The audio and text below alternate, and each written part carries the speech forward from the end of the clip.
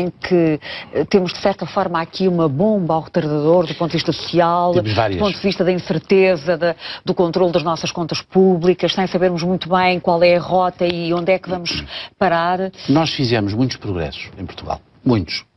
E aí nós não nos recordamos dos progressos que fizemos. Segundo lugar, nós temos de ver com partidos políticos. Claro. Porque apesar de, para as autarquias, para as câmaras municipais serem possíveis listas de cidadãos, os partidos políticos são essenciais e tudo aquilo que nós estamos aqui a dizer é no sentido de os fortalecer, exato, e de os vitalizar e de os ajudar.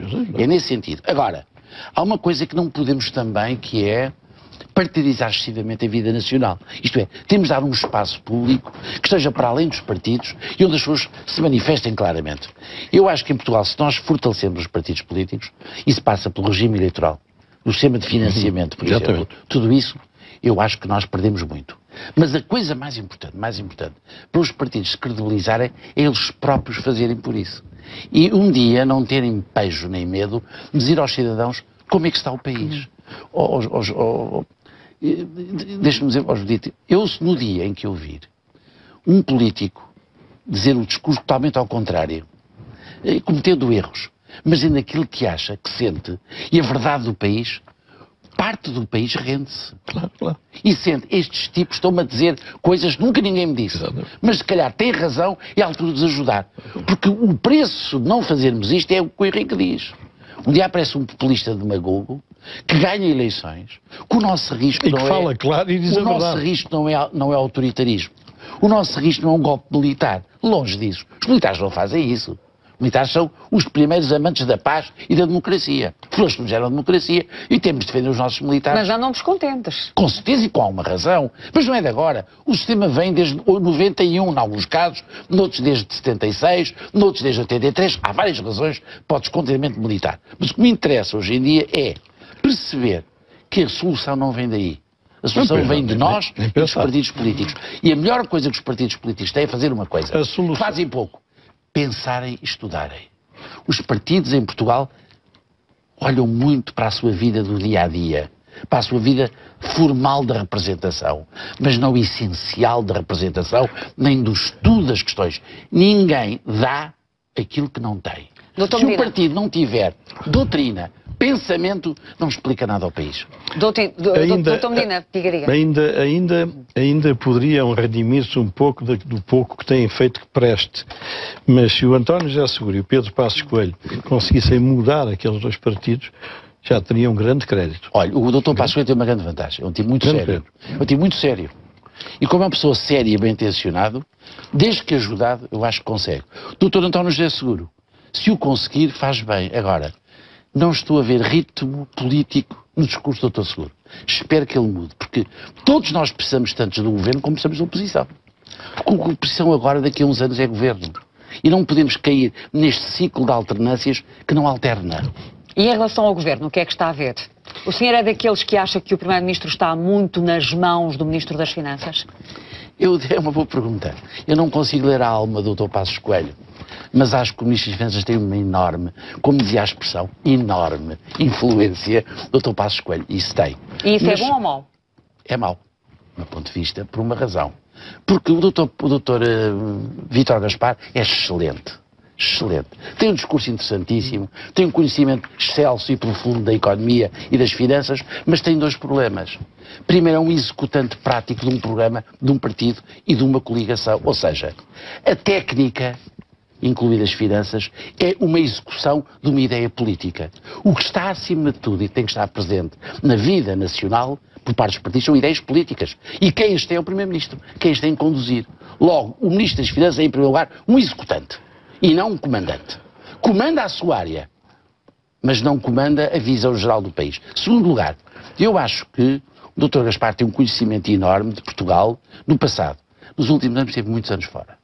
E muitos anos fora, é certo que em plateias e em palcos importantíssimos onde o comum dos portugueses não chega. Mas às vezes chega-se tão alto, que não se vê a planície.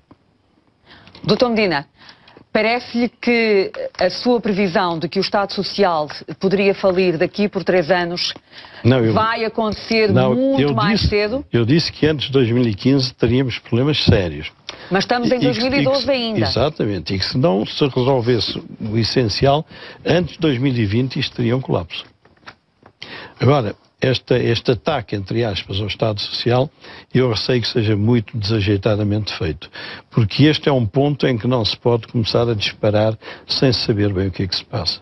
E é preciso que isto seja estudado por alguém que saiba, por alguém que tenha independência, que alguém que não tenha preconceitos ideológicos nem de outra natureza, para dar aos políticos elementos para uma reflexão e uma discussão. E mais do que nunca é necessário haver um ministro que consiga olhar e decidir as áreas sociais? Desde sempre você ouviu-me aqui dizer uma pessoa que só se preocupasse com isso.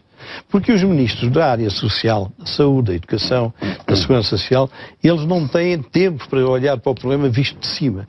Da saúde olha para a saúde, da educação olha para a educação. E nós precisamos de alguém que olhe para si. E como é que essa pessoa, se existisse, se iria compatibilizar com o Ministro das Finanças, com o homem do orçamento? Não tem que se compatibilizar com ninguém. Tem é que ver o que é que vai ser provavelmente a economia portuguesa dentro da próxima década. Ver que tipo de crescimento é que nós vamos ter, que tipo de desemprego é que vamos ter, que tipo de demografia é que vamos ter. E dar grandes linhas grandes ideias para que os políticos depois discutam. Porque eles vão começar a discutir assim patetamente, como você vai ver. Ei, não se tira daqui porque, coitadinho, ele está a morrer de fome e tal. O outro não se tira da colar porque já é muito velhinho. Quer dizer, vão se prender assim com aquilo que chamam a sensibilidade. Isso vai acabar de que forma? Você sabe que temos de acabar o programa. Isso vai acabar de que forma? Qual pode ser o desfecho? Se for assim, vai acabar mal. O que é acabar mal? Se isto não for assente num estudo muito bem meditado e muito bem discutido pelos políticos, isto não é para começar a discutir, é para começar a perceber. Porque aqueles que até agora dizem que o Estado Social não pode acabar, eles não sabem nada do que estão a dizer. Engenheiro Ângelo Correia, 30 segundos. Dizer o seguinte, o que o Henrique está a dizer é verdade, é muito importante apresentar ideias, conclusões para a reforma do Estado Social, mas antes de pôr as medidas todas cá fora, explique-se ao país. Segundo, mobilizem-se as elites. Ouça, eu acho que é tão importante para este programa ser bem sucedido, porque é o nosso futuro, que todos os ex-presidentes da República, ex-ministros e outras pessoas serem confrontados com a realidade. Para, em vez de dizerem algumas coisas sem conhecimento, como às vezes dizem, dizê-las de outra maneira, de acordo com a realidade. Ou seja, temos que apelar a todos para participarmos num esforço comum que diz respeito a todos. Engenheiro Ângelo Correia. São 10 segundos. É mesmo 10 segundos. Você sabe que neste momento, dessa gente que você está a referir, ninguém sabe coisa nenhuma de nada. Este é um problema que tem que ser estudado. Eu sei, antes, é isso que eu estou a dizer. Estudado, mas depois a transmissão pode ser também por essas pessoas. É isso que eu quero dizer. Engenheiro Ângelo Correia, muito obrigada por ter vindo ao nosso programa. Dr. Medina Carreira, na próxima semana vamos ter aqui o Dr. Fernando Costa, Presidente da Câmara Municipal das Caldas da Rainha. Vamos falar dos problemas dos municípios. Dos municípios, por alguém, na voz de alguém, que diz tudo diferente dos outros presidentes de Câmara. Acho um homem muito curioso, muito veemente, muito expressivo, muito claro, que eu estou convencido que ele vai deixar o problema dos municípios um bocado ao sol. É um homem realmente com uma grande frontalidade pelas intervenções públicas que temos acompanhado nos últimos tempos. Estaremos então de volta, de hoje a uma semana, com Olhos nos Olhos. Boa noite. Obrigado.